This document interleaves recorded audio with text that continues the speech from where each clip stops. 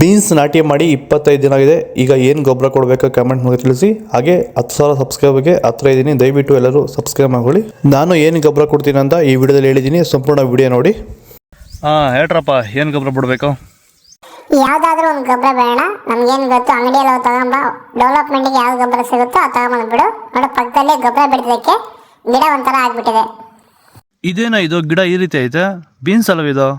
ಅಣ್ಣ, ನಾನು ಕೂಡ ಬೀನ್ಸೇ, ಬಟ್ ನಿಮ್ಗೆ ಗೊಬ್ಬರ ಬಿಡೋದಕ್ಕೆ ಈ ಥರ ಆಗ್ಬಿಟ್ಟಿದ್ದೀನಿ.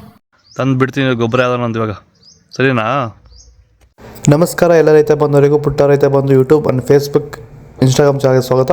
ಇನ್ಸ್ಟಾಗ್ರಾಮ್ ಚಾನಲ್ಲಿ 10,000 ಸಬ್ಸ್ಕ್ರೈಬರ್ಗೆ ಹತ್ರ ಇದ್ದೀನಿ, ದಯವಿಟ್ಟು ಎಲ್ಲ ಸಬ್ಸ್ಕ್ರೈಬ್ ಮಾಡ್ಕೊಳ್ಳಿ. ಈಗ ನಾನು 25 ದಿನ ಆಗಿದೆ ಬೀನ್ಸ್ ನಾಟಿ ಮಾಡಿ. ಈಗ ಯಾವ ಗೊಬ್ಬರ ಬಿಡ್ತಾ ಇದ್ದೀನಪ್ಪ ಅಂದರೆ, ಫಸ್ಟ್ ಟೈಮ್ ಗೊಬ್ಬರ ಬಿಡ್ತಾ ಇರೋದು.